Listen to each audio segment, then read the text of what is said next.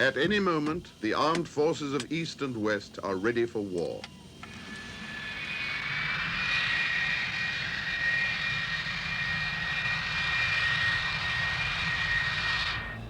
Transmission mode rotary switch. Cable. LF slot PLCA selector switches. 07. Should our grudging peace ever falter, today's warriors can stage a battle far worse than anything our blood-stained world has ever seen.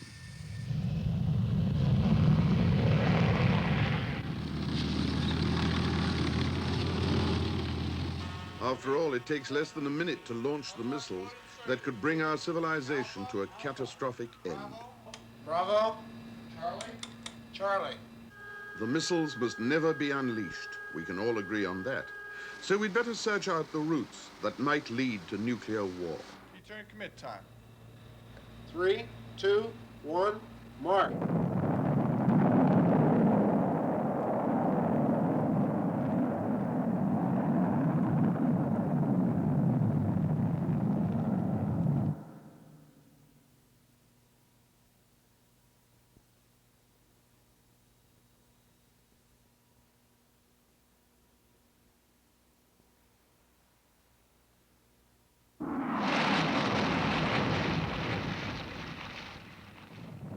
The long-range missiles of the opposing sides can dispatch nuclear warheads to 10,000 different targets.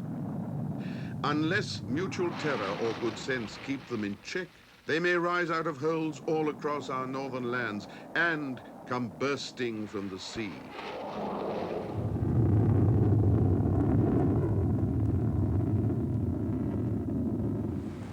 And where would these missiles go?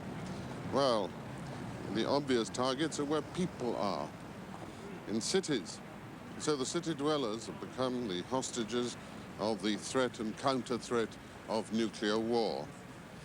And our nuclear nightmares begin with the destruction of lively and lovely cities like Paris, an emblem of civilization itself, and heaven knows where the nightmares end.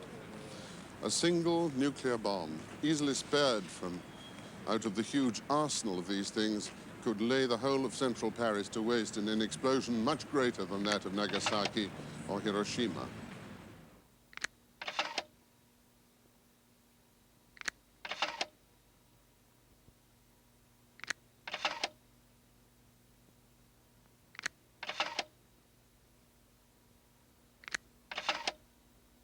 The cosmic lunacy which produces such horror is not, as you might expect, the affliction of irredeemably wicked men. No, it's part of carefully worked out and considered government policy. In the meanwhile, military accountants are working out how big a bang they can get for a buck, how much rubble for a ruble. Our dreams might be untroubled if this mutual terror had really managed to abolish war altogether, but unfortunately, the mutual nervousness causes the armed forces of all sides to jostle and probe each other and to shadow box within sight of their potential adversaries. Although the crew of a Soviet bomber acknowledges a point scored by the Western interceptor, the sparring would scarcely be keener if war had already begun.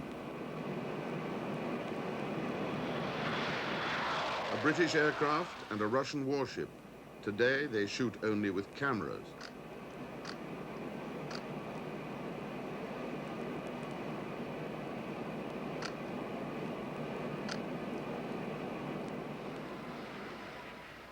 While the Western submarine hunters play catch as catch can, for the Soviet boats, it's follow the leader.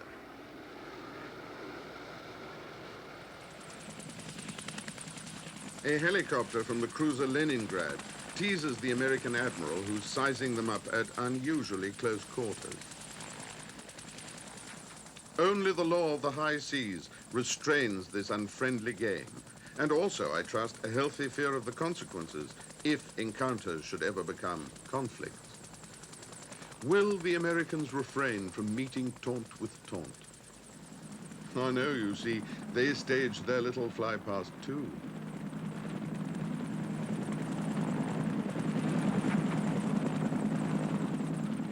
And it's in the same forceful spirit that a United States helicopter patrols the border of East Germany, the frontline ally of the Soviet Union. The white posts mark the end of the Western world, and the Army pilot has been specially coached to fly within a few feet of them.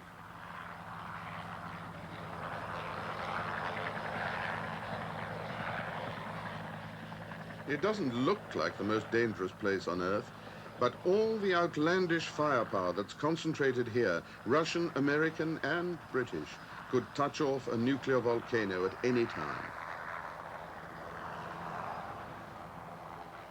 The East German fences, set back a little from the border, delineate in suitably ugly fashion the geopolitical rift that runs right across Europe.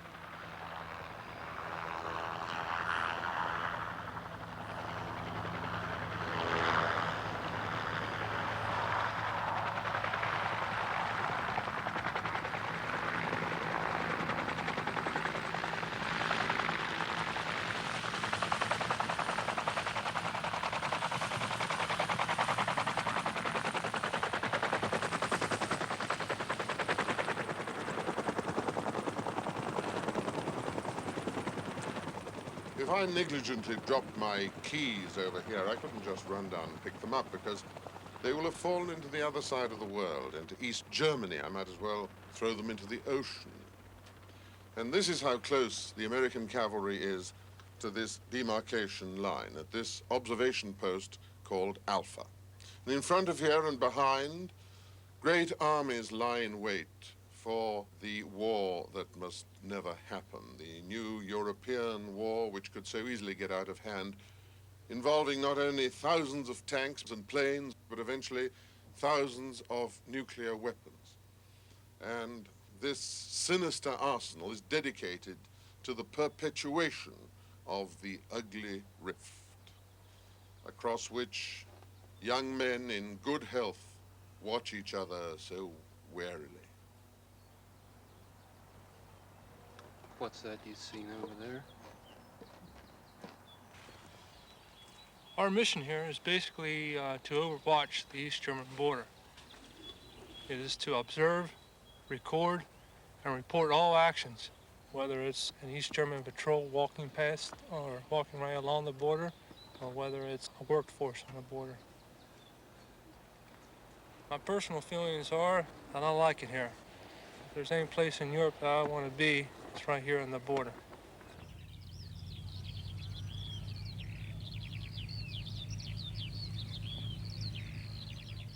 Europe has a grim reputation for turning its pleasant hills into battlefields. If that ever happens again, these troops will take the first shock. It's been all quiet on the Central Front for most of the past 30 years. But all along the rift, the West Germans, the British, and other troops of the North Atlantic Alliance, NATO, face powerful opponents from the Soviet Union and Eastern Europe.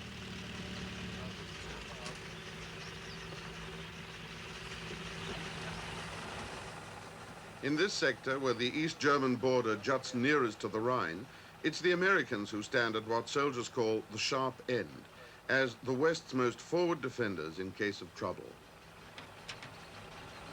It's kind of strange looking out there and have them looking back at you, wondering what they're thinking and what they're doing and everything. But they've got a job just like we do.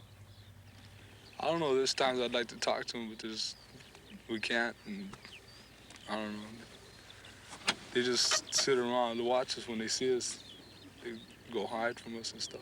I have talked to a few of the East German guards. Most of them are just soldiers like we are.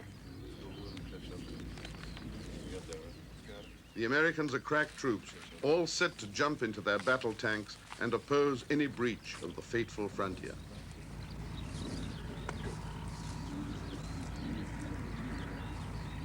We're always ready for a surprise attack. I have a unit that's always positioned on the border. It's always manned that can respond within less than 15 minutes. And all they have to do is call back here, and the rest of us will respond very quickly.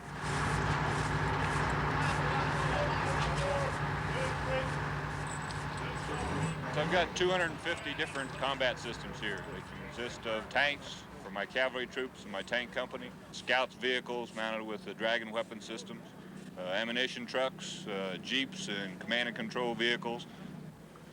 We pack one heck of a big punch, much larger punch than any other unit in the United States Army.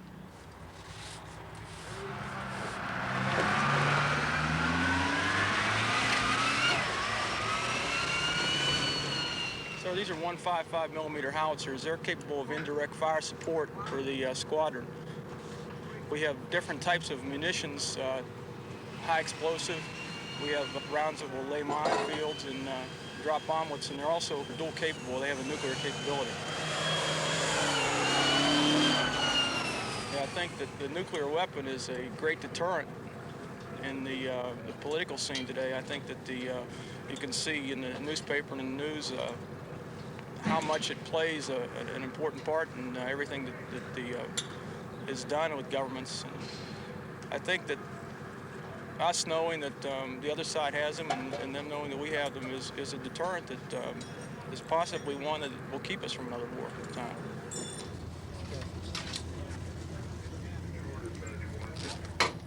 Apart from the guns that can fire nuclear shells, bombs of much greater power can be delivered out of the sky.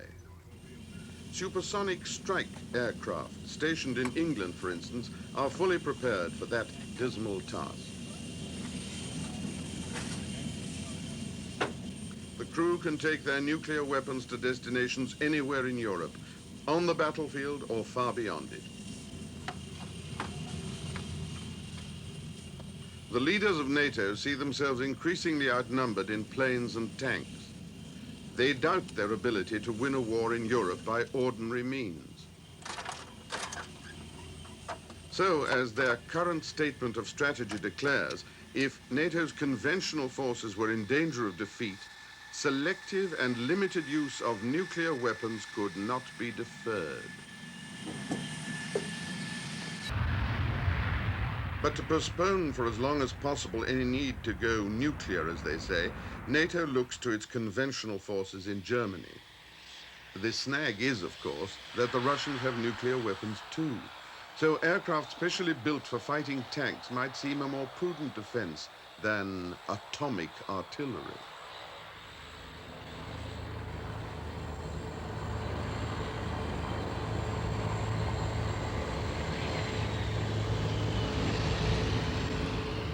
The fighting men who profit from technology are liable to perish by it too. Even non-nuclear weapons are now so powerful that any war in Europe would be a competition in slaughter, swift and terrible to contemplate. Who'd want to meet a helicopter gunship leaping up before him?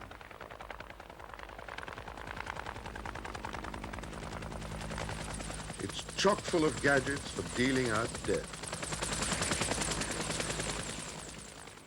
The predictable violence of modern war drives the generals and their headquarters underground. The command bunkers are dotted all around Europe in unlikely places, for instance, at an American football stadium just west of the Rhine. Beneath the terraces, the staff officers secure themselves against chemical weapons and nuclear fallout. So it would, as it were, be a fight between one team of moles and another.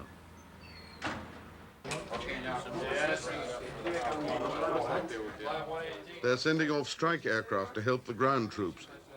Thank goodness it's only an exercise. In the event there is a war here in Europe, the primary mission of ATOC Simbach will be to task and coordinate offensive support, air support, for the U.S. and German Army Corps within the central region. 4 Oscar 902 was airborne 1232. Roger that, sir. Juliet Charlie here at the ATOC. 1 Fox 602 Romeo. He was successful on target number 3 Victor 901. 523 will also file the full profile. If the battle's going badly, and if the political leaders of the West consent, the commanders can replace their ordinary weapons with nuclear bombs. A contingency that is familiar to scholars of war. A nuclear war could arise in the first place from a Soviet attack on Western Europe. And indeed, NATO defenses quite deliberately have this nuclear risk built in as part of the deterrent. It is made clear to the Soviet Union that we cannot defend ourselves for very long without initiating the use of nuclear weapons, initially, hopefully on a small and local scale, but with every possibility that this would escalate to ultimately a major nuclear exchange in which the territory of the Soviet Union itself should be at risk. Well, this is quite deliberate. It is part of the deterrent posture. If NATO fires any nuclear weapon, however small, then the Russians are almost certain to respond with nuclear weapons, because their nuclear weapons, by and large, are rather vulnerable and therefore have to be used very early on in a nuclear or even conventional war. And therefore, the risk of escalation is enormous, I would say inevitable, and the escalation would be very rapid. And this would certainly lead to the total destruction of both sides. The build-up in the eastern side of Europe is a serious one, both in the purely conventional field and in the nuclear field. Perhaps one of the most serious aspects of it is that it doesn't seem to stop, in spite of the fact that you've had in the last decade a very tangible improvement of political relations. The Soviet military effort has not been affected by it. On the surface, it does appear that there is an enormous preponderance of Soviet forces in Europe. And one of the arguments, of course, advanced is that these forces are too large for defensive purposes. That, of course, is a statement from the Western side. It doesn't really take into account Soviet prescriptions. The Soviet argument is that they have a large and legitimate defensive task to carry out in Europe as a whole. They have the defense of their own alliance system and, of course, their own perimeter. Europe is very large, north, central, and south. And they must also face a complexity of problems. From the Soviet point of view, they have not to deal only with a NATO alliance, but there's always been the problem of the local adversary, something with which we have not had to deal. So therefore, from the Soviet side, they would argue that their forces are tailored exactly to discharge this defensive task. But it's the powerful attack of those Soviet missiles and of armies much stronger than their own that perturbs the generals of NATO. They picture the Russian tanks bursting across the border and charging through West Germany, unstoppable by conventional forces. It's not at all obvious how such an attack could be in the Soviet interest, yet among the Western allies, the troubling vision persists. The NATO general on the Central Front happens himself to be a German. And in this nightmare, he might then see his own country turned into a radioactive battleground in the desperate bid to make the invaders go home before they reached the Rhine.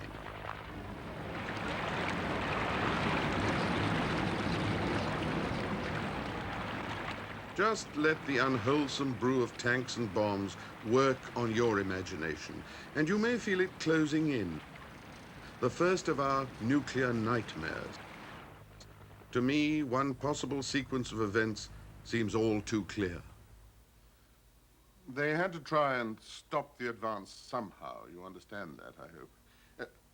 This is the last of the coffee, I'm afraid. Who would have thought that the fallout would keep us down here for so long? Now, there's something that I want you to believe. Nobody actually intended your families to die like that, or your school friends, for that matter.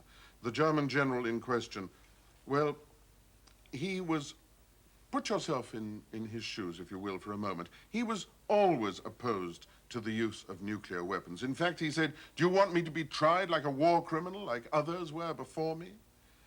But on the first day, Soviet armor had advanced 40 miles into West Germany. On the second day, 80 miles. And it was then that the American Supreme Commander told the German general, "We are going to stop this war with nuclear weapons." Your Chancellor and my President are in full agreement about this. So it's come to this, said the German general. Well, at least, thank God, it won't be my decision. Oh, but it will, my friend. We want you to select the targets. Oh, there must be some other way. If I could swing the Netherland Corps round onto the flank. But the subordinates were getting impatient, although the British general was stiff-lipped. There's quite a lot of blood flowing up here, although we've managed to nudge his armor into a nuclear fire zone quite effectively. Put in a good word for us. There's a good chap. Nuclear fire zone, including villages, farms, people, civilians. The American commander was adamant. We are going to accomplish 8 nuclear strikes on armored spearheads of your choice, and we are going to send 8 missions in the rear in Czechoslovakia and East Germany. You see, the Americans calculated that they could smash the Soviet armor at the same time saving New York and Chicago. Not Cologne and Munich, unfortunately. You remember the postcard I showed you of Cologne Cathedral? It's a very beautiful one it was. A German corps commander, almost surrounded, added his voice to the rest. Mein General, warum wollen Sie mich im Stich lassen? Why am I being abandoned like von Paulus in Stalingrad? Where are the nuclear weapons? So, at length, the German general consented. Very well, although may my tongue rot for saying so. Oh, you know the targets in any case. And so, the Germans and the Americans were in full accord, and in the morning of the 3rd day, the first bombs lit up the skyline like a false dawn. Although, as the German general had said all along, why on earth would the Russians back down when they're winning? And of course, when the Russians didn't back down, there was no logical time or place for the nuclear exchanges to cease. Would there be any European cities exempt from devastation? Well, some nations believe that the possession of a nuclear force of their own makes them safer, and that the hostage cities could in some sense hit back. The French, for instance, hope that the possession of such a nuclear force exempts Paris, makes it immune from the nuclear epidemic. But have things changed so much since the Élysée Palace here was occupied by Louis XV's mistress, Madame de Pompadour, whose contemporary Voltaire wrote so scathingly about the heroic butchery of war?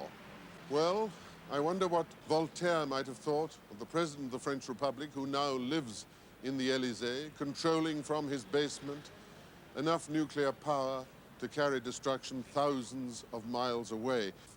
In the most elegant of headquarters, he has enough power at his beck and call to make the War of the Austrian Succession seem like an outing, like a picnic.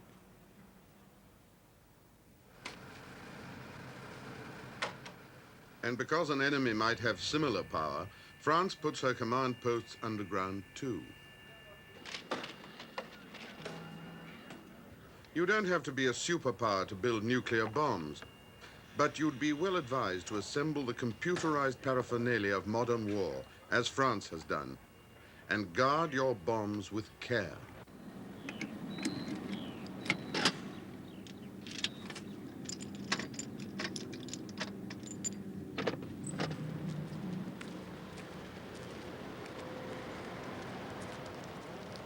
A nuclear weapon, author of nightmares, and, so the French hope, a discouragement to potential enemies.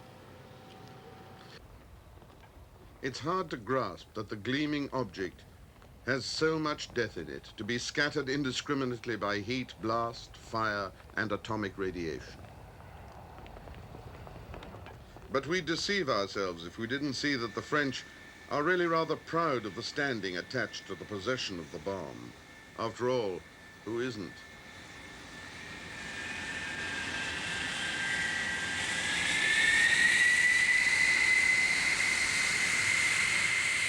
Their supersonic bombers represent only one of the methods that the French employ for fighting or threatening to fight a nuclear war. They have ballistic missiles too, entirely homemade, here going by road under plain cover to a base in the south of the country.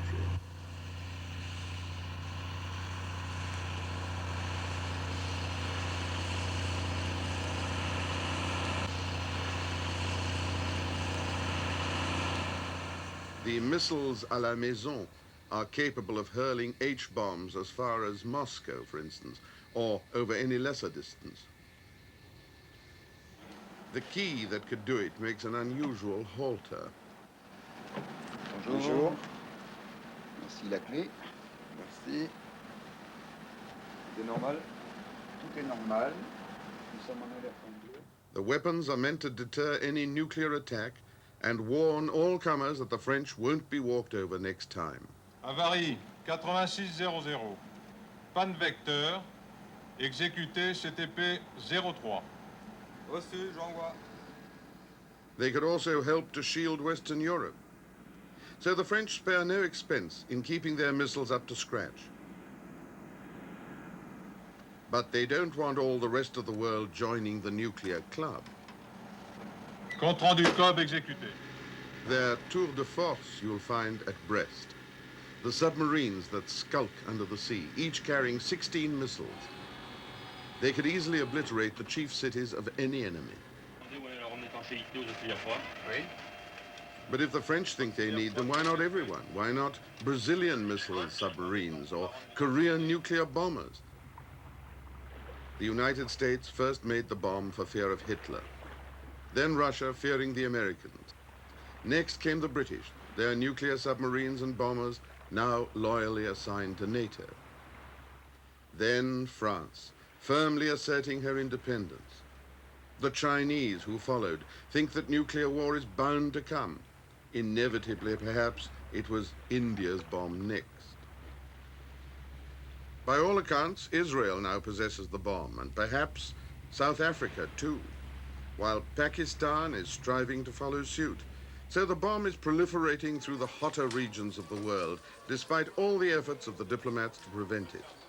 Will the 7 or 8 who have it so far soon be 18 and then 80? There's a new form of racism which suggests that nuclear weapons are respectable, but only for rich, predominantly white countries. After all, it's rather grand to be a superpower. You can continue to improve your weapons while preaching piously about peace. If you're a smaller nation with only a very few nuclear weapons, then I'm afraid this is irresponsible, if not criminal. Well, whether there is or not any wisdom at all in this hypocrisy, proliferation would seem to point a second way towards a Holocaust, this time through the less affluent parts of the world. And the greatest danger of all lies here in the narrow streets of the Middle East, where modern technology serves ancient bitterness. The global bazaar for nuclear merchandise is not easy to police, and anyone can equip himself for making bombs. We and the Soviets have set a very bad example to the rest of the world in essentially demonstrating that nuclear weapons are the main instrument of our foreign policy. And essentially are the main support of our status as a superpower. Now, that being the case, it's awfully difficult to convince anybody else not to have them. All these countries that are interested in the acquisition of nuclear weapons have generally hostile neighbors. And you have what you call odd couples in country A and country B, and you have some examples, for example, in Asia, in South Asia, that are very hostile and are both interested in nuclear weapons. It's quite clear that if country A decides to acquire nuclear weapons, country B will follow the example. And so a very dangerous nuclear arms threats would be triggered. I was astounded that the United States government has declassified so much information. It's available at places here like the Library of Congress that a single competent individual could easily design fission bombs and I think carry them through to construction. There's no doubt in my mind that a small group of motivated, organized people, even perhaps people not very highly technically trained, such as terrorists, could conceive and bring to fruition a nuclear weapons construction project. Any country to date that has decided to develop a bomb, a crude, maybe crude, fission bomb, has been successful on the first try. So looking in the future, I don't expect to see countries actually detonate their first weapon. I think that they will know whether or not they are in a position to have a weapon. Clearly, the collected wisdom of the world is that Israel has a bomb, but they've never tested it. And I think that's what you're going to see in the future. Spies and nuclear experts seem to agree it's a demona that Israel makes her bombs, even though the signs would have it otherwise. The plant itself has been kept from prying eyes for years. But won't Israel's nuclear effort simply spur her enemies along the same road? The holy city of Christians, Jews, and Muslims, the order is strictly alphabetical, it has been the focal point for conflict for thousands of years.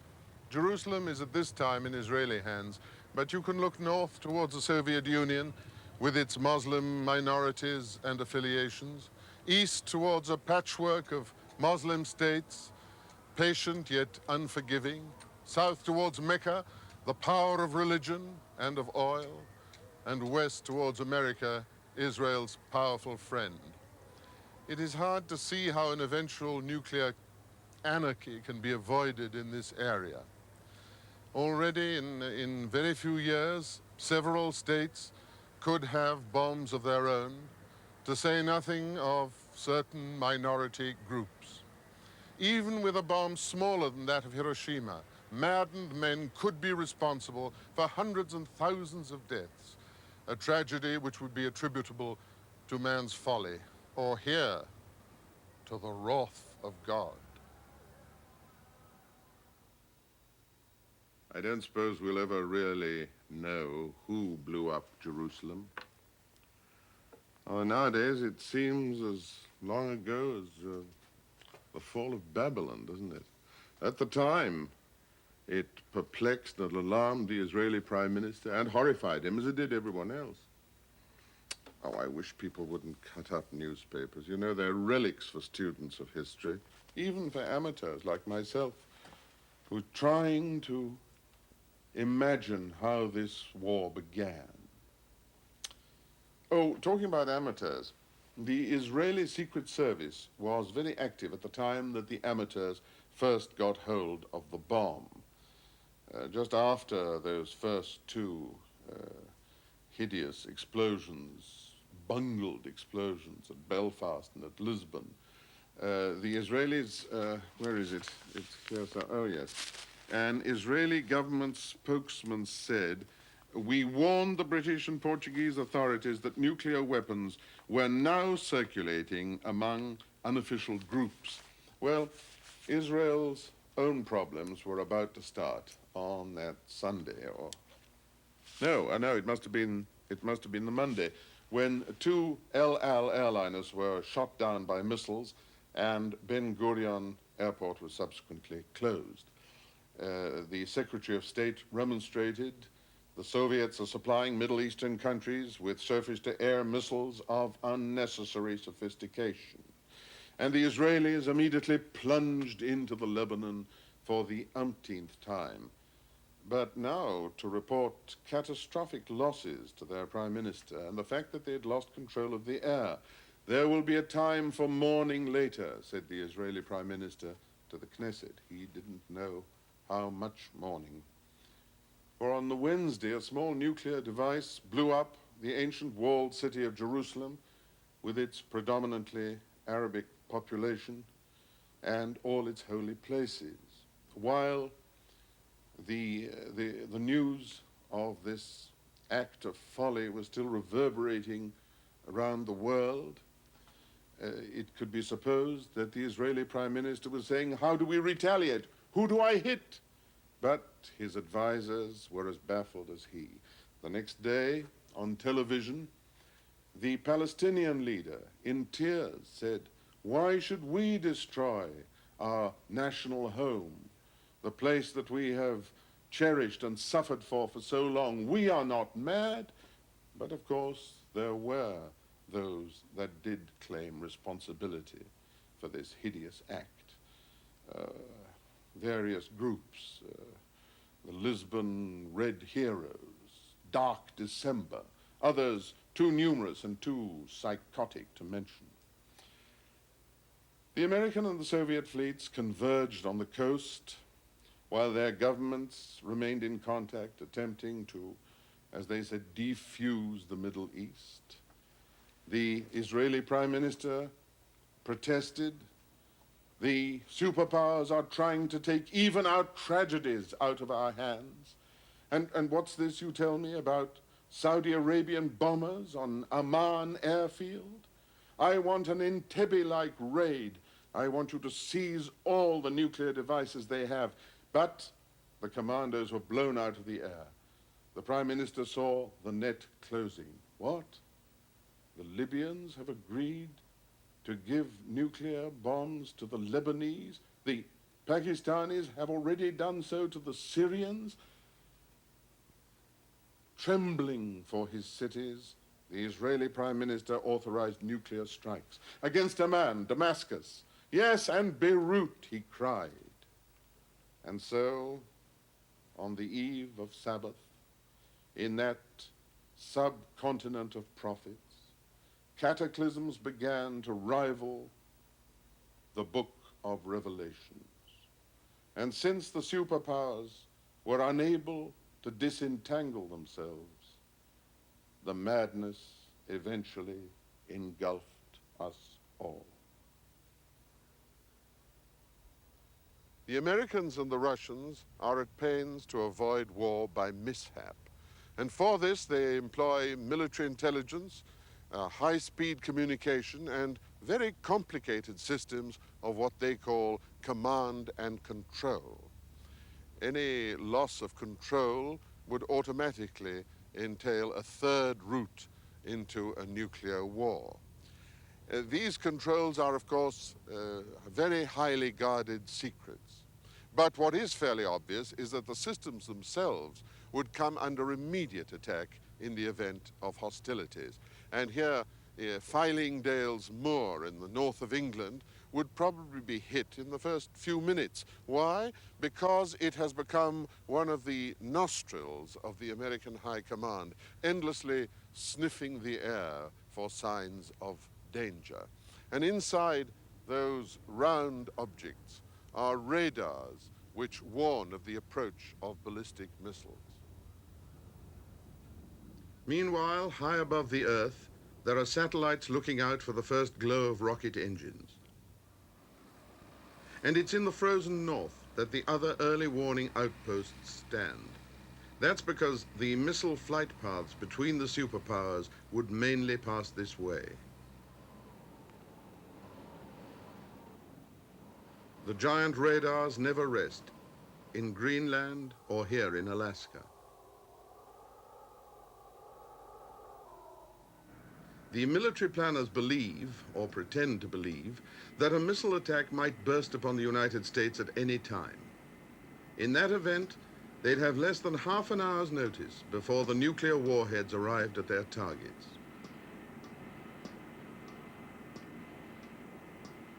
So the news from the big radars goes straight to Colorado and the chief defenders of a continent, who man their headquarters at Cheyenne Mountain day and night. The North American Air Defense Command, usually known as NORAD.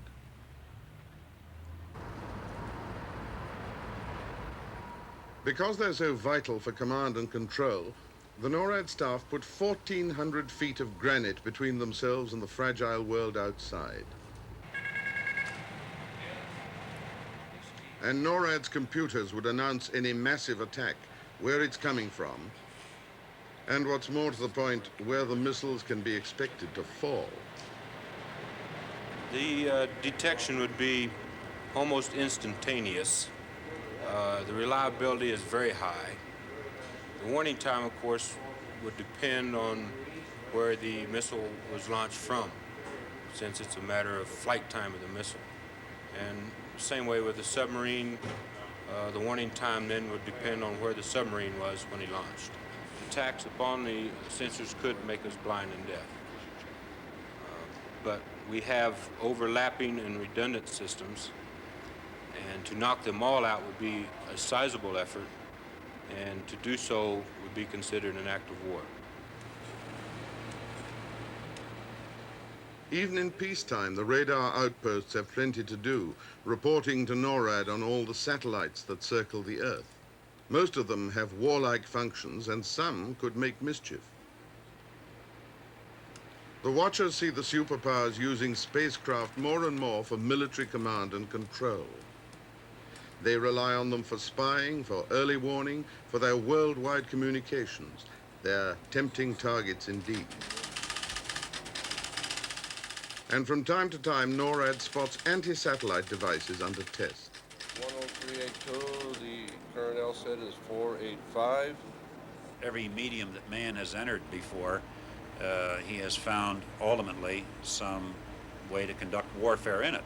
Now, whether or not there's going to be warfare in space, I think, is more a matter for mankind to decide. For those of us still stranded on this planet, the chain of command comes to its bitter end with the missile crews. On the windy plains of North Dakota, they never know that the president's order won't come today to fire their missiles in anger. But how can anyone make certain that they'll never shoot without authority, and yet never fail to shoot if their nation requires it? When the crews change their shifts, the brother officers are cool and punctilious. You ready to brief our status? Okay. LCB status is normal. Very good. Communication status. The radios are all operational. Okay. Launch switches. Okay. Check the launch switch. First over here. Launch switch. The new commander won't take charge of the missiles until he's given the control capsule a thorough inspection. There must be no funny business down here with a world at stake. It's good. Okay. You checked the keys already? Yeah. Okay. You want to check our locks and make sure they are? Well, there's your log. Okay. You guys have a good one. Okay. Have a good one. Safe trip back. Take care. See you tomorrow. Go on our inspection. On these young men falls direct responsibility for 30 H-bombs, the warheads of 10 Minuteman missiles of intercontinental range. Once the missiles have gone, they can't be called back. This is the launch checklist. Step 1, launch keys inserted. Even here, presumably safe from all intruders, the keys that can unlock death for millions of people are not left lying around. And to launch the missiles, 2 are not enough. Inserted commander. Inserted deputy. The 4-key system is a system used to ensure the correct launch and authorized launch of the Minuteman missile force. 4 keys is the minimum amount required to launch any Minuteman missile. 2 keys are in each capsule, one for the deputy and one for myself, the commander. When we turn our keys together, we constitute one launch vote. Our one launch vote, combined with the one launch vote of another launch control center to which we're electrically connected, allows the 4-key system to come into effect and constitutes an authorized launch command. In the event an unauthorized command is sent, we have what we call an inhibit launch command, which is used to cancel out the unauthorized order. Enable. The press is illuminated. Charlie, Bravo, Echo, Calder. Roger, this is Alpha. We need a key turn in 5 seconds. Bravo. Charlie, Delta, Echo. Okay, launch switch. Hands on keys. 3, 2, 1, mark. Key turn.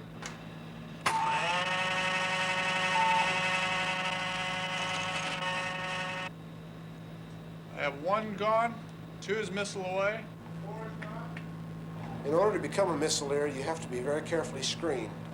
Any person who exhibits unstable behavior, such as a heavy drinking problem or develops a serious marital problem or something more personal, he would be removed from duty. Only the most mentally fit and prepared people are permitted to pull missile alert duty and SAC bomber duty. The missiles and bombers of SAC, Strategic Air Command, are controlled from an underground command post here at Omaha, Nebraska. Launching the missiles usually requires proper orders relayed from the highest in the land, but the SAC command post may not be buried deep enough to escape destruction. Indeed, attacks on key headquarters might leave the superpower like a beheaded dragon, unable to strike back. An unusual aircraft tries to avoid that outcome.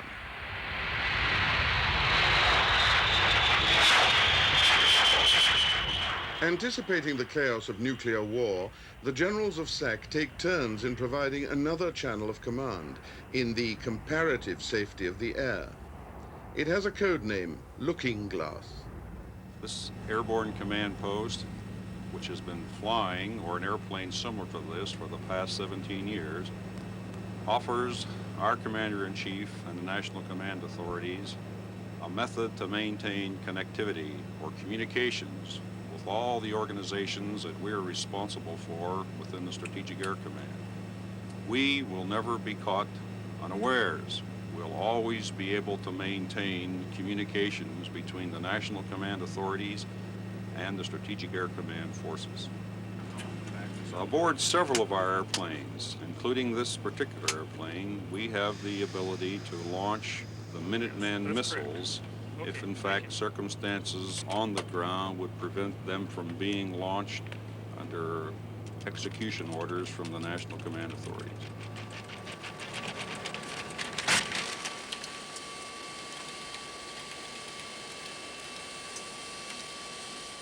The reasoning is straightforward. In this looking glass, stranger far than Alice's, we see a disturbing sight. The pilots looking down on ruination, on incinerated cities, military targets crushed, an airborne general awaiting orders from the senior surviving member of the government. Orders to wreak similar havoc on the enemy. It is by images of horror such as these that the superpowers seek to deter each other. But the very fact of the existence of headquarters in the sky like these acknowledges the frailty of other elements in command and control. And the frailest of all these elements are human beings. Yes, Grandpa. Yes, this is beyond position 3-3. Looking Glass itself might lack authority if no word came from the president. So he too has an emergency command post, a jumbo jet with the improbable name of Kneecap. It can whisk the president and his military chiefs out of harm's way, if they make it to the airfield in time. The command system, because it depends upon fragile communication assets and a very few people, is extremely vulnerable to itself to attack.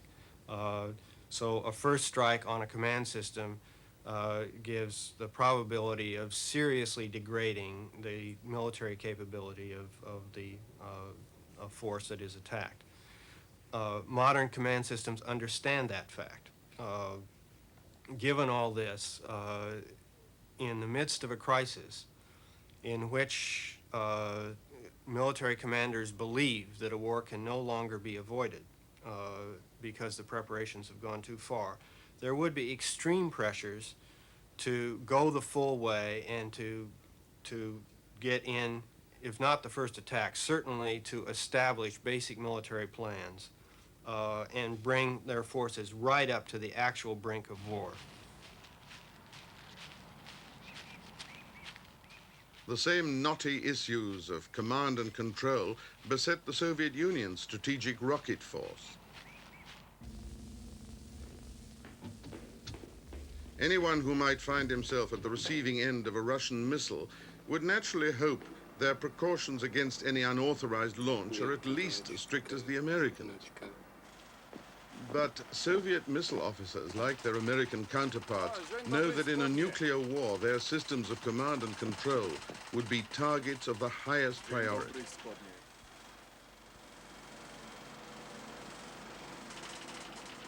They're quite aware that communications can fail, headquarters can be atomized, political leaders and generals can perish.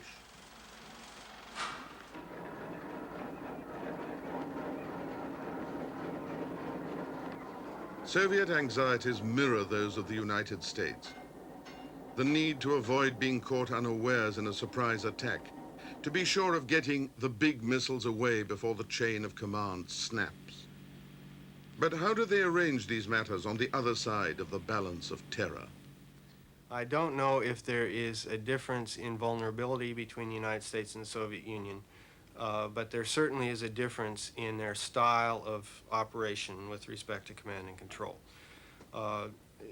The difference has to do with the basic nature of these two societies. The United States is a highly decentralized society, and so are its military forces. A great deal of dependence upon the initiative of low-level commanders under actual operations of military forces. Soviet Union is a highly centralized society, and so are its military forces. They have gone to extraordinary effort, as far as we can tell, to maintain that central authority, even to the point of trading off against the vulnerability of their actual force elements. The trickiest of all forces to control are the submarines, whose missiles are the superpower's last resort. But in time of war, will the commands ever reach them? The American sailors casting off from Holy Loch in Scotland won't see daylight again for 2 months.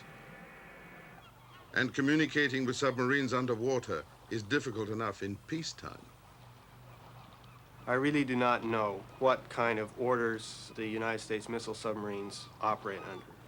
However, we can realize that the vulnerability of their communication links require that a great deal of authority be vested in the submarine commander and the officers and men serving underneath him. In circumstances in which it became apparent that the United States had been attacked massively and their communication links had been broken and could not be reestablished, the submarine commander would have to decide whether to execute the missions for which he had been prepared, despite the lack of formal authority to do so, or whether he should fail to do so and possibly degrade the retaliatory capability of the United States. I don't think it's predictable in advance how a submarine commander would resolve this problem, but everybody recognizes that there are circumstances in which he would virtually have to do so, and some of them undoubtedly would. I think the same logic does apply to the Soviet submarines, but I personally believe that they do not operate under quite the extension of authority that is characteristic of the United States force. Indeed, I believe that's why there are observable operational restrictions on Soviet submarines. At any given time, they have many fewer of them at sea, and they do not operate as quite as far from the Soviet Union as United States submarines do from the United States. I simply believe they've solved the problem in a different way. They are willing to accept some greater vulnerability of their submarines in order to achieve tighter operational control. I know very little about submarines, but I imagine that their crews are as cramped and as isolated as we are here, cut off. I'm thinking in particular of the captain of a Soviet submarine selected for a long-range mission in the Pacific because of his proven loyalty to the party and also because of his quality as a seaman.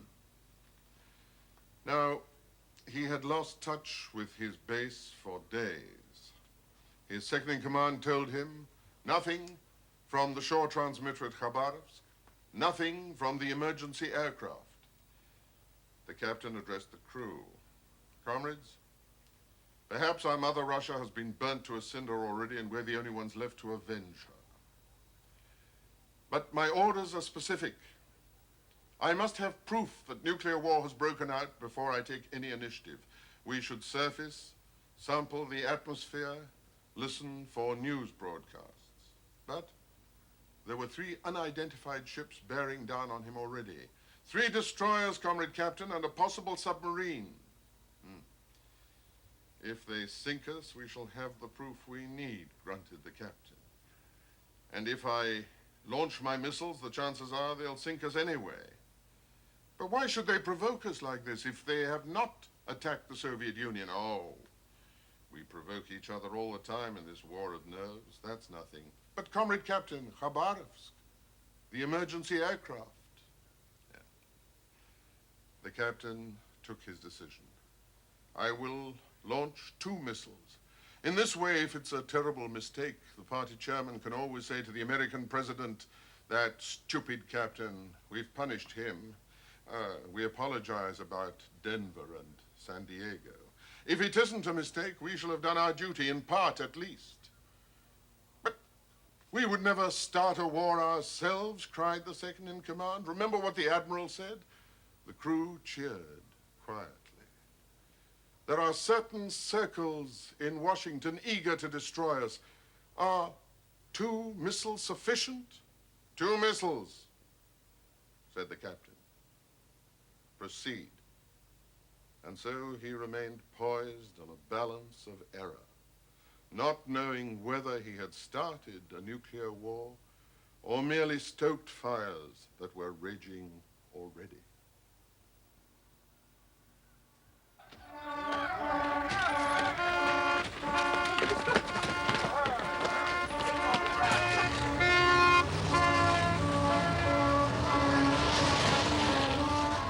When bomber crews scramble, it certainly sounds like the end of the world. Memories of the Japanese surprise attack on Pearl Harbor nearly 40 years ago still haunt American strategies. So they always keep 100 aircraft on alert, laden with nuclear weapons. Otherwise, a sudden strike by missiles might annihilate the entire bomber force on the ground. So if the warning comes, the crews scurry into the air. An attack of that sort would be yet another way for a nuclear war to start. One superpower or the other coming to believe it can or must strike first. The aim being to cripple the other's nuclear forces, embodied in bombers, missiles, and submarines. Any of them, sooner or later, could well be vulnerable to attack.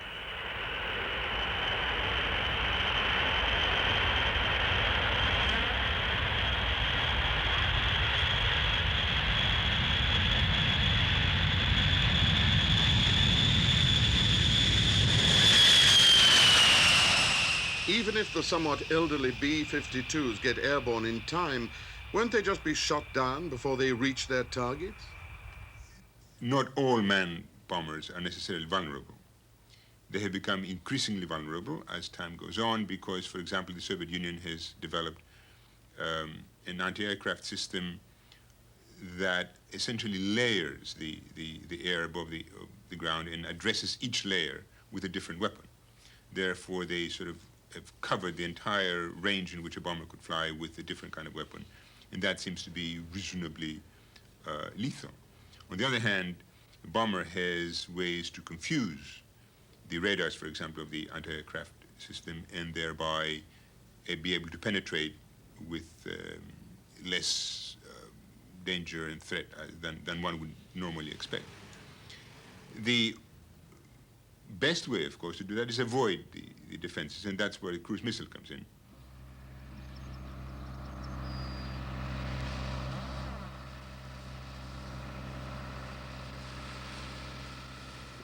The cruise missile can be launched from a bomber and travel very near the ground, where it will probably hide in the clutter, in the noise that the ground generates in a radar. Therefore, be able to penetrate much more easily than a large bomber like a B-52. Then the bomber does not have to approach the dangerous areas that are defended, and therefore its survivability is increased.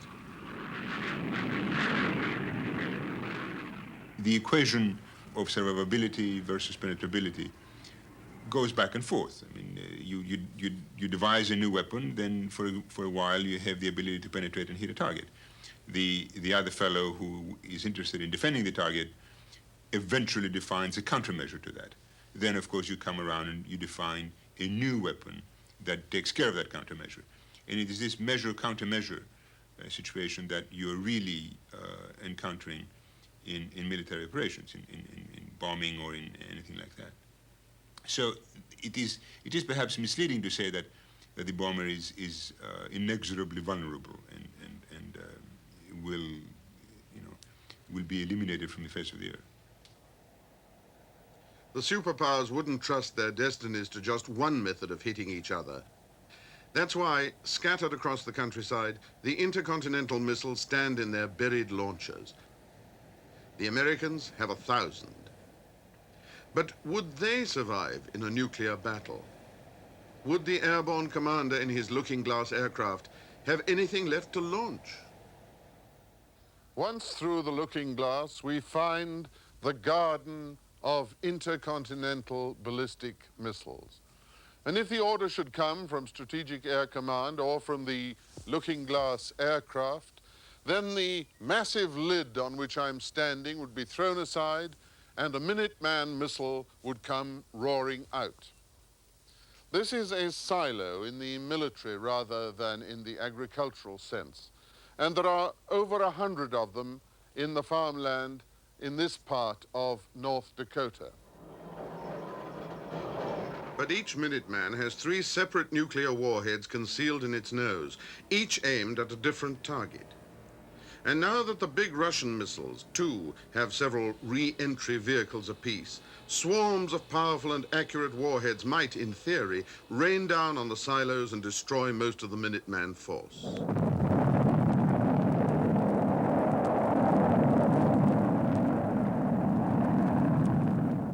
If the duel of missile against missile becomes plausible, the side that shoots first might gravely weaken the other, unless, of course, the victim hurriedly launches his own missiles before they're hit. Missiles are being tested now from test sites into the Pacific Ocean or the Atlantic Ocean. And the same thing is the case in the Soviet Union. Neither country, I believe, have tested missiles from operational silos with operational crews over the trajectory they're going to follow in time of war. Therefore, we don't really know what's going to happen.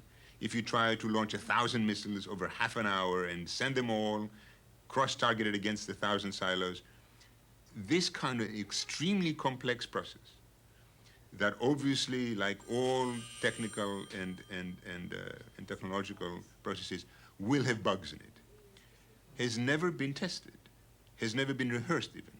Therefore, it seems to me to say with any degree of certainty that indeed the missile is going to perform as we expected is simply not true. I certainly believe the Soviet Union has taken advantage of Minuteman vulnerability in the past through the development of their large, heavy SS-18 missiles. I certainly think they will take advantage of it in the future. As a matter of fact, I think it's their #1 goal to be able to launch first strikes wiping out 90% of our Minuteman III force. I don't think they'll do it dramatically or cause any great public concern, but over a period of time through the mid-1980s, they will take advantage of our Minuteman III vulnerability. The Soviet Union may, within 2 or 3 years, have enough accurate reentry vehicles technically to destroy 90% of the Minuteman silos. That doesn't mean that they can destroy the missiles. They could be launched before they were destroyed. It doesn't mean that the Soviet Union would do what they are technically capable of doing. They would use more missiles, more reentry vehicles than they would destroy. They would still have to face the submarine-launched ballistic missiles and the air-launched cruise missiles. It makes no sense for the Soviet Union to destroy only a small component of the U.S. strategic force. One of the first things the president has to decide when he's elected and takes that oath of office, what will he do if he is told, with no question, no lack of confirmation, that there is a 500,000 missile attack on our Minuteman field. He shouldn't have to say, gee, I never thought of that, let's form a committee. I think as soon as he takes office, he'd better make up his mind what he's going to do. If he's done that, then he's either going to launch or he's not going to launch. If he's not going to launch, then clearly the missiles are at risk. If he decides that he will launch before the adversary's missiles arrive, then they're no longer at risk. And I would think that if he has made such a decision and it's understood, that is part of the overall deterrence. If the worst came to the worst, what would actually happen? Well, this question exercises well-informed experts and well-informed computers, both here in Washington and elsewhere. And they fight imaginary wars and try to assess how many people would be killed and what damage would be done on both sides. And these activities are called war games. Any number can play. The outcome is always disastrous, with tens or hundreds of millions of dead. Yet nowadays the war games of the superpowers often commence with one team making a hopeful strike at the other's nuclear forces. The simple idea of avoiding a nuclear war by deterrence is being eroded by notions on fighting and winning quickly without suffering unduly in the process. A question of a judicious selection of targets. If our enemy is really the Soviet state and its leaders, murdering Soviet children is not, to my mind, where our strategy ought to be. Also, I think it's militarily and politically foolish, but it's not the kind of promise of damage that the Soviets should find most deterring. The kind of damage they would find most deterring is loss of their military power, loss of their ability to control their country politically. But we cannot even begin to think hard about what kind of target sets we should strike for that unless we, at the same time, recognize that we have to be able to limit the damage they can do to us. Because no matter how intelligent a set of targeting suggestions I can give you for our forces, if the Soviets can kill 100 or 120 million Americans within a few days of the beginning of World War III, any reasonable American president who isn't drunk, drugged, or just insane would not be able to exercise offensive strategic options because of what they could do to us. We will be self-deterred. We have to have a strategy from which we are not self-deterred. The Soviet argument about deterrence is this, very simply, that if deterrence fails, then you go over to limiting the damage upon your own country. And indeed, in military preparation terms, you take all measures to minimize that, even if it should include striking first at a potential enemy. But are Russia's own forces any safer from attack? The missile submarines, after the bombers and land-based missiles, are the third main branch of the superpower's nuclear forces. They're intended always to survive for the final revenge. But every Soviet submarine leaving its base at Murmansk attracts attention from the submarine hunters of the West. If it's bound for the Atlantic, it passes under the eyes of the Norwegian Air Force. And they're just the first of its uninvited escorts, these watchful men of Norway. In keeping track of Soviet submarines, the Allies in NATO use all the skills and resources they can command. Could their superior technology put the missile submarine fatally at risk? Kan du komma upp och hämta den och få den upp på plottet? Tack. The submarine's not well hidden, even if it dives. When the Norwegians alert their British colleagues, a Nimrod aircraft will pick up the trail. In the Bible, Nimrod was the mighty hunter. It's mainly concern that the large Soviet fleet of ordinary submarines might one day run riot through the shipping in the Atlantic, which prompts this diligence. The submarine can't avoid making a noise as it travels. If they're searching for it in the right patch of sea, it'll give away its position when the RAF men sow their sound detectors in the water. As the readings come in by radio, they have contact. So the Russian submarine finds itself in a chase that's disconcertingly realistic. Our buoys are in the water then. The submarine somewhere to the north of the line of buoys. I'm expecting them to do a... The submarine will try to shake off its pursuers, but a string of secret and ultra-sensitive sound detectors lies in ambush across its path, all the way from Britain to Greenland.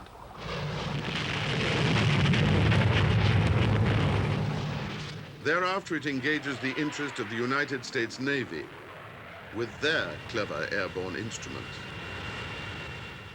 They track it relentlessly. This is what passes for peace in our time. That's the ocean tape you've been waiting for 3 o'clock one. Let's see what's on it. All right. And when the flyers return to their carrier, a computer devours their recording. Okay, Lieutenant Sandberg. The machine refreshes its knowledge of the submarines at sea. It can always recall their last positions, so the Russian submariners can never feel safely out of sight of the Western navies. At the start of a war, many could be promptly sunk, and they might include some of the missile-carrying boats, which form an essential part of the Soviet nuclear deterrent. The executioner could be another submarine, an attack submarine or hunter-killer. The American Navy has fearsome craft of this sort, and they can hound their prey wherever it goes. For the coup de grace, they can strike with anti-submarine missiles and homing torpedoes. American arms control officials have argued that these thoroughgoing systems of anti-submarine warfare could well sap the Russians' confidence in the submarine branch of their deterrent. So just as the West abhors the growing power and accuracy of Soviet intercontinental missiles, Soviet leaders may be alarmed by increasing Western ingenuity. An ominous interplay, because sooner than any hope of victory, it is fear of defeat that might impel that fatal first blow. I've no doubt at all that the political administration in the United States and the political administration in the Soviet Union have, in academic terms, no wish at all to have a nuclear world war. I'm convinced of that. But the technology will make it almost inevitable that the politicians decide to do it in order to stop the other side, which they trust very little, in doing it to them. And it's this reason which is so dangerous for world security. Anybody who can count up to 5 will tell you that that building over there is the Pentagon. Well, tabloid newspapers like nothing better on fallow days than to publish pictures of cats and dogs in perfect harmony, playing innocently together. It seems to prove that instinctive antagonisms can be countered with a little patience. Superpowers also have instinctive antagonisms by virtue of their size, their influence, their power. And they adopt aggressive postures before any calmer counsel can prevail. Well, how can harmony be brought to superpowers? First of all, it's essential for them to understand each other's point of view. You are seeing the world there from the point of view of the West. I, over here, from my surrounded position, see it from the point of view of the Soviet Union. And I seem to sense from here, from being surrounded, I seem to sense your aggressions, I seem to sense your paranoia even, and your fear. Why? Because of your troops and listening stations in Alaska, throughout the Arctic Circle, down Europe, across Turkey, Iran, where a hole was driven into the hedge only the other day with characteristic outcry, Afghanistan, where the hole was punctured in the other direction, China with its offer to the United States to compensate for the lost listening posts in Iran, and back to Alaska again. And there is nothing in history to reassure me from here. After all, they remember only too well that in 1917, feeble expeditionary forces from the United States, Britain, and France landed in order to attempt to thwart the 1917 revolution. They did nothing, in point of fact, but give the Red Army its first battle honors and its first experience against foreign troops. You may remember how exercised the United States was when there were Soviet missiles on Cuba. Well, what would be the position of the United States and of the entire West, I wonder, if there were Soviet troops and listening devices all along the Canadian border, all along the Mexican border, and throughout the Caribbean? We must remember, and remember solemnly, that a cornered animal and a cornered man are the least open to appeal. There comes a moment when the terrible lucidity of desperation takes over. And then there is no way back.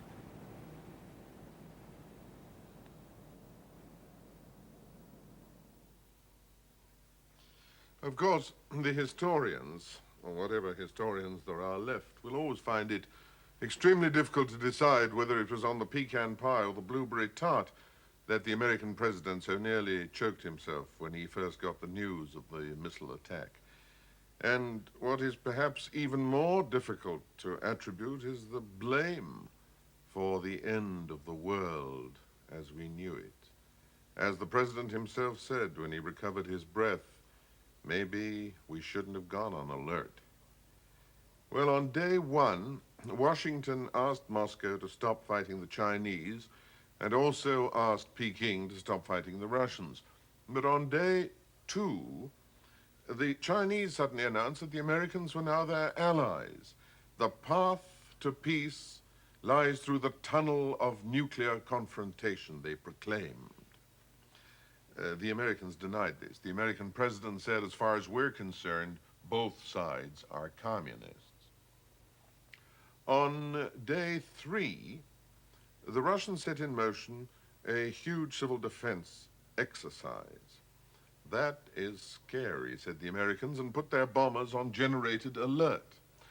The Americans are warmongering, said the Russians, and sent their submarines out to sea. In an effort to bring down the temperature, the American president left his command center and ostentatiously undertook all sorts of civilian duties and ended the day with a civilian supper, which was interrupted. I want an immediate decision to execute, said the Secretary of Defense. To execute? Yes, to shoot, to launch, to get the missiles off the ground where they can't be dug out. Those aren't cans of caviar they're sending over, sir. NORAD predicts 2,000 warheads aimed specifically at our nuclear bases, at our missile bases and our bomber bases. The general stakes his life on that data. Well, it wasn't the general's life I was thinking about specifically, said the president, although I gotta believe him. Can we just hit their missiles? Oh, no, you'd just be wasting your force on empty silos. That's what we can do to him if we hurry. The Secretary of State spoke up. If you should choose to do nothing, sir, you'd certainly have my support. I realize that millions of us are going to be killed, but if we retaliate, why, that's the end of everything. No, said the Secretary of Defense. He's gambling on our holding back. Well, if the president was listening to these arguments, he showed no sign of it. We hit their silos and they hit our... Oh, no, they hit our silos, we hit their cities, and they hit our cities. I guess the bullets left the rifle, huh? Now, all you have to say is Tripoli, sir, said the Defense Secretary. Yeah. Tripoli. Execute. You have the word of the Commander-in-Chief. Do the people know what's happening? Said the president as he was hurried to safety. Oh, yes, sir. They're getting it all on television. 1. Go to a public fallout shelter. Know where the nearest one is. To your office, your home, your children's school. If you decide to take shelter at home, know how to improvise and improve your protection there.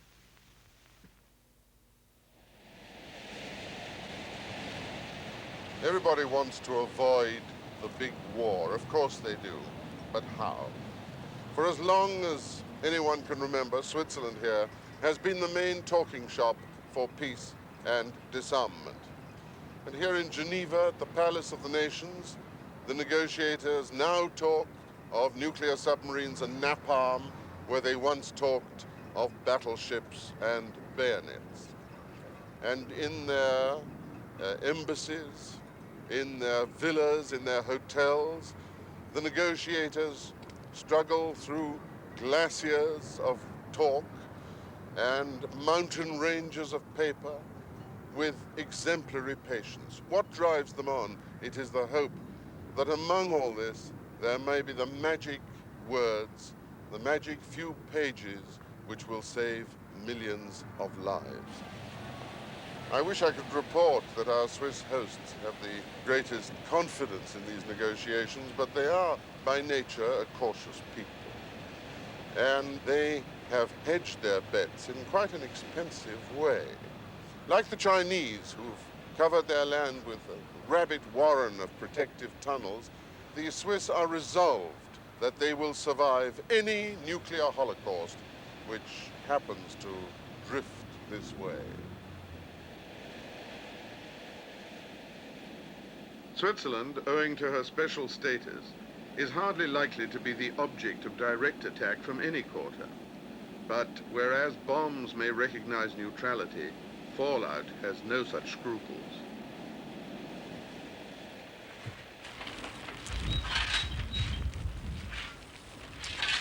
Every man not assigned to the army is forced to serve in Switzerland's civil defense.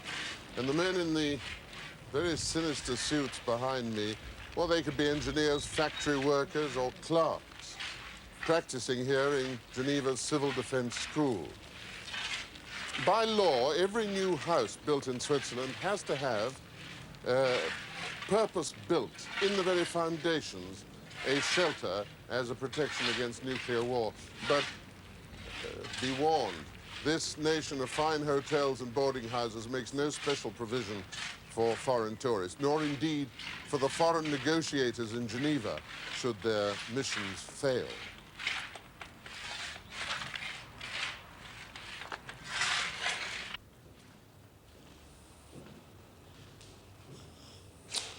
The local government has a larger and stronger shelter from which it would continue to administer the canton in the event of fallout drifting across from France, Germany, or Italy, or a few misguided missiles actually falling on Swiss soil. Yes, I always suspected that the last survivor would be a bureaucrat. But actually, the Swiss are more active and more determined in civil defense than any of the countries engaged in the nuclear confrontation, whose populations are asked to trust the nuclear strategy of their governments, enshrined, of course, in the principle of deterrence. Deterrence has worked so far because of the fact that no aggressor could contemplate starting a nuclear war and gaining any advantage. Any aggressor would be faced with the fact that for him to start a nuclear exchange would mean national suicide. It's also worked because both sides recognize that they have the retaliatory forces that provide that deterrent, and therefore they don't have to start an exchange out of fear that their deterrent would be destroyed. Now, as long as those factors continue to exist, deterrence will continue to exist. And that, of course, is one of the purposes of arms control, to preserve that situation of strategic stability. We have, at most of the time since the end of World War II, have had nuclear superiority, so that the Soviet Union did not dare attack us. I think today we have what we would call rough equivalence or parity. The Soviet Union would not attack. But if we allow them through treaties or through our own decisions of cutting back our forces unilaterally to achieve nuclear superiority, then deterrence will break down and there is the possibility of an attack by the Soviet Union. In the next 5 years, I think it's possible to state almost statistically that the risk of nuclear war is quite considerable, precisely because of the imbalance in forces and the different perceptions of both sides. If we can get through to the 1990s, then I think the danger would recede. I believe that the incentive for all nuclear weapon states, in particular the two major powers, to find a way of regulating their competition in the nuclear field, that incentive remains very powerful. I would expect that in the messy world of the future, with possibly other nuclear weapon states around, that incentive will grow even further. And so the two major countries responsible for the maintenance of deterrence will, I think, find it almost inevitable that they should sit down, they should try in dialogue and in agreements to regulate this relationship. Perhaps every 5 or 10 years it should be required that all world leaders attend a multi-megaton blast in the atmosphere.